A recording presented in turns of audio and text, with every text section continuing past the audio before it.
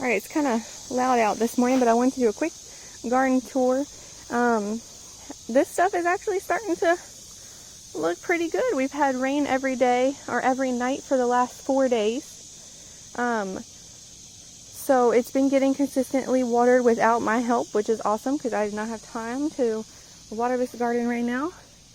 Still got some weeds growing, which is of course to be expected. Just pull them out and drop them to the side.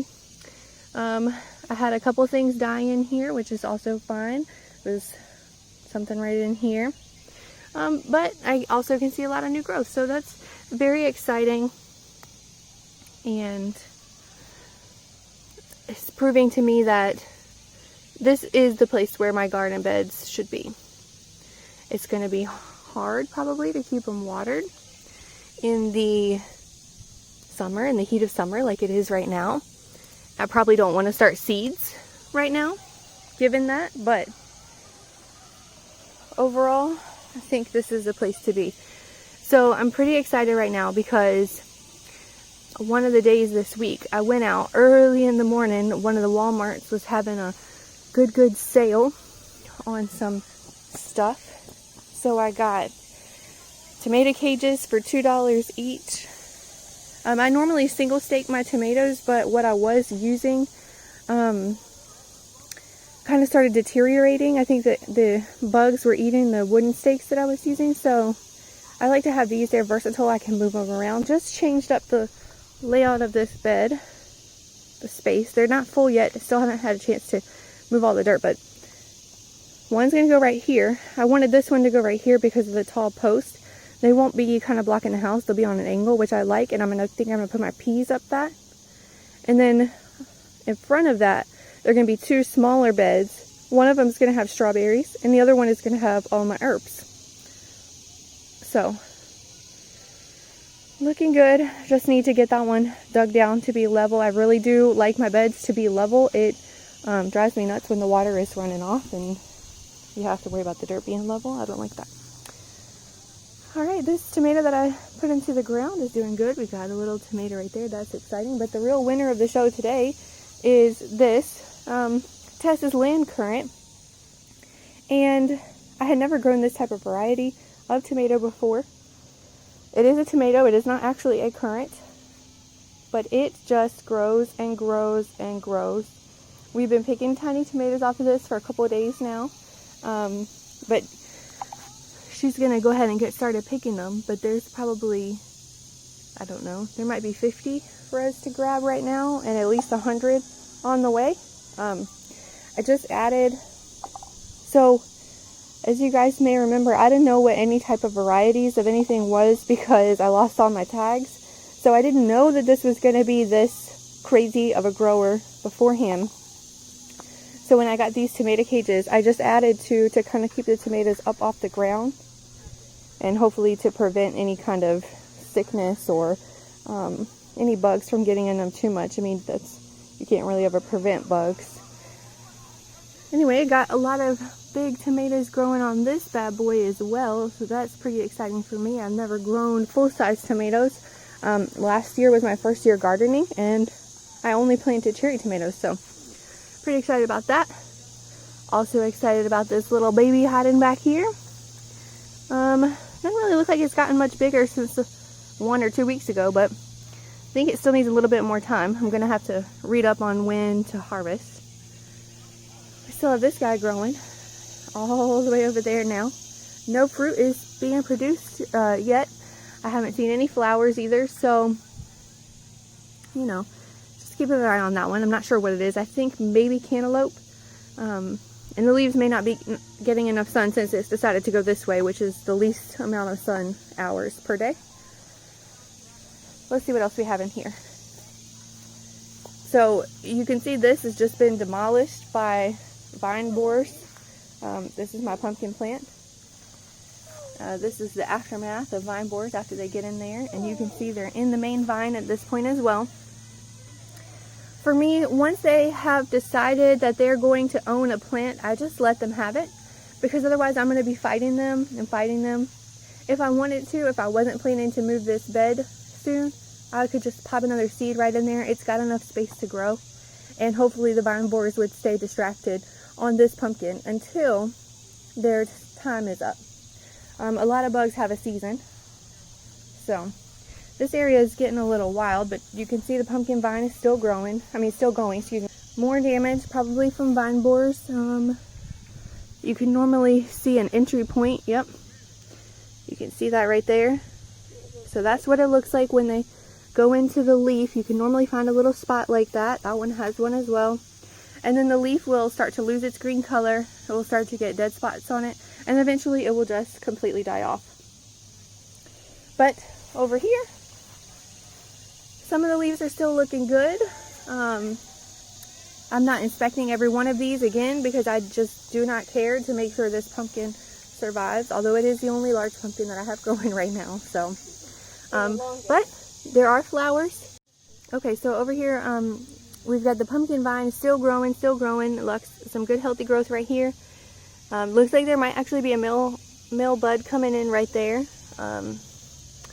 There's a lot of flowers that aren't opening, but there are a couple that are, and you can see little tiny bee chilling in there. That was probably a male flower that didn't make it, so it's okay. Whatever happens, happens. If we get a pumpkin, we don't. I do miss the giant leaves though, because this whole side of the bed was filled up with giant leaves and it was very pretty. Just noticed this guy all the way out here. I don't know what this is. I don't recognize these leaves. I'm gonna just let it grow, but it's gonna be incredibly difficult to get the grass cut over here. So that's one of the other, oh, something is growing on here. Ooh, it's fuzzy. That's so cool. I don't know what this is. Maybe cantaloupe, maybe loofah. I don't know. I have to keep an eye on that. I hadn't noticed that yet. I really haven't been out in the garden in days, so there's probably lots of surprises out here that I have not noticed. Something is right there too, but that just looks gross and rotten at this point. I've got 2 pepper plants in there. If you can see one right there, and then one almost directly behind it. They're not getting any peppers. Not yet anyway. Probably the tomatoes are blocking the sun, which was just bad planning on my part to put tomatoes on that side. They should have been on this side, so that way they didn't block the sun of anything. That's something that I'm really taking into consideration when I move all my beds over there to the more sun area. Want to make sure I've got everything in the right direction or not blocking each other's sun, because you know, that can really prevent your stuff from growing well if they're not getting any sun. Alright, so the last thing I want to share is this back garden, and yes, the wood is gone. It's just a pile of dirt, but everything is still growing well. Except for this, it didn't get enough water, and so it died, which is, it might be sending all of its energy into this little squash right here, so I might be able to get one more squash. These squash are so pretty. They look like they're painted.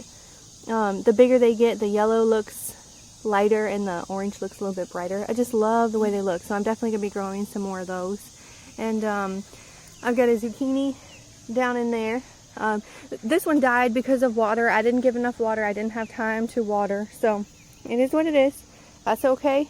Again, like I said earlier, the more of this stuff that goes to the wayside, the easier it'll be for me, because we have to dig all this dirt and move it to the front yard, because again, having sun is my main priority right now. They do not get enough sun. This is about 6 hours of sun. You can see the squash and the zucchini. They'll do okay, and everything else is growing, but it really does not thrive back here. So, sun, sun, sun. And we got a couple things going on over here still. I think there's some, well, these are corns. They're not going to do anything. I'm surprised that one has gotten as big as it has, that one right there. But over here, I think this might be a loofah or something. I don't know. But it's basically dead at this point, and I probably should have cut that off. But again, more stuff over here that just goes on its own thing. The easier life will be for me. Got these beans. I just picked this up. It was hanging off the edge over here. That's one thing about not having sides on this bed. Everything kind of goes crazy. You really need some sort of support for your beans anyway, so I'm kind of failing in that area right now. But so pick this up, look on the underside. Not too much going on from the bean world. Got some pods there. Look, hopefully some beans will grow. We got one little bean chilling over there, and that one looks like it's rotten, so whatever. I got more beans over here. These are all the ones that I planted couple weeks ago. They got a lot of leaves, not a lot of beans. They did better than the first run of beans though. I think this was the very first bean plant that I had in the ground. It's got a lot of beans on it, but they all look small and kind of crappy, so I don't know. This is my first year growing beans. Over here we got a couple carrots. It might be time to get these carrots up. I don't know. It's my first year having any kind of success with carrots, so I have to check that out. But I did look, and I kind of moved the soil away, and I can see the little carrot top right there. So that's exciting. We have a green-cheeked conure, the type of little parent bird, and that's the only reason I was growing the carrots. Most of us in my house don't like carrots, so I was just growing them for him. So if I could get a lot, that would be good. Buying them at the grocery store, it's like 99 cents a week, and you know, he's a small bird. He can only eat like 5 of them. $1's not too bad. Over here we've got kale, which I probably won't grow kale again. No, none of us like kale, so it's kind of silly to begin with. This is my little shade garden. It's still too much sun for the heucheras. They are definitely dying. And even the hostas, looking like they're getting too much sun at this point. It's only about 3 hours of sun over here, so I don't know what I'm going to grow over here. Now it could, again, it could be my lack of watering, because I definitely haven't watered this either. I tried to get better, but it was almost too late. Now, I just found this. I don't know if you can see that. I don't know what this is. I don't know where it came from. I don't know what it is. I just found it sitting on the ground. I'm going to put it right there. That's the type of thing my daughter would like to see. Looks like another one of those maybe. But there's... Unless that's the same plant, I don't know. Creeping Jenny is creeping along. Picked back up a little bit. It had almost looked dead.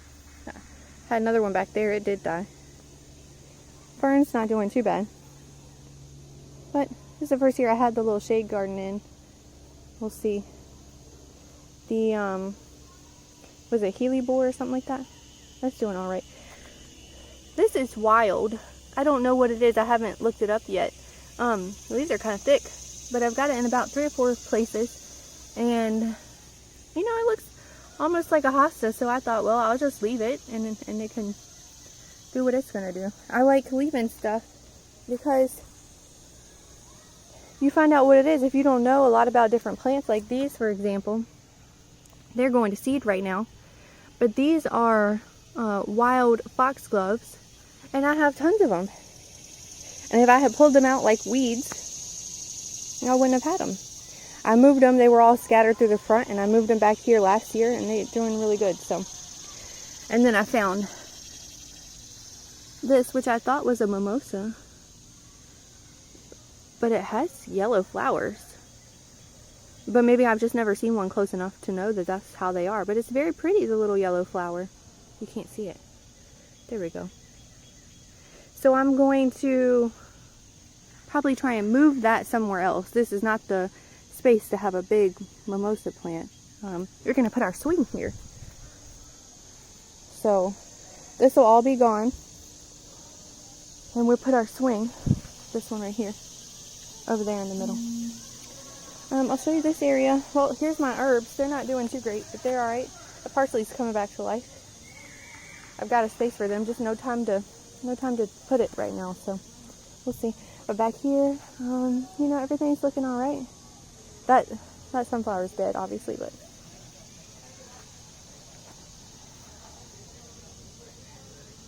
the black and blue salvia, the astilbe, which I have tried to water every day. Oh no! I had not noticed. My Japanese maple is looking like death. I hope it's not too late. I had not noticed this. All the leaves are shriveled up. There's still some good ones on the inside. But look at, they're all on the ground. I just got this year. I'm gonna have to make sure that we water this every day, if not twice a day at this point. I got mulch in the car that I got from the Walmart, so I can hopefully use that. This makes me sad.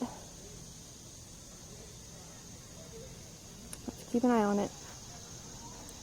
All right, over here, I forget what this is called, but I just love the purple. It's a little bit more green than I'm expecting. You can see I tried to throw some leaves down some of the areas to help with the moisture retention. You know, it may or may not be helping. This stuff over here is doing all right. I hope that comes back next year. You can't even see it because it's so dead looking. Japanese beetles have demolished the rose bush. I don't even care at this point. I want the rose bush to just end itself already, but it keeps coming. No matter how much I neglect it. It looks like trash, but it keeps coming.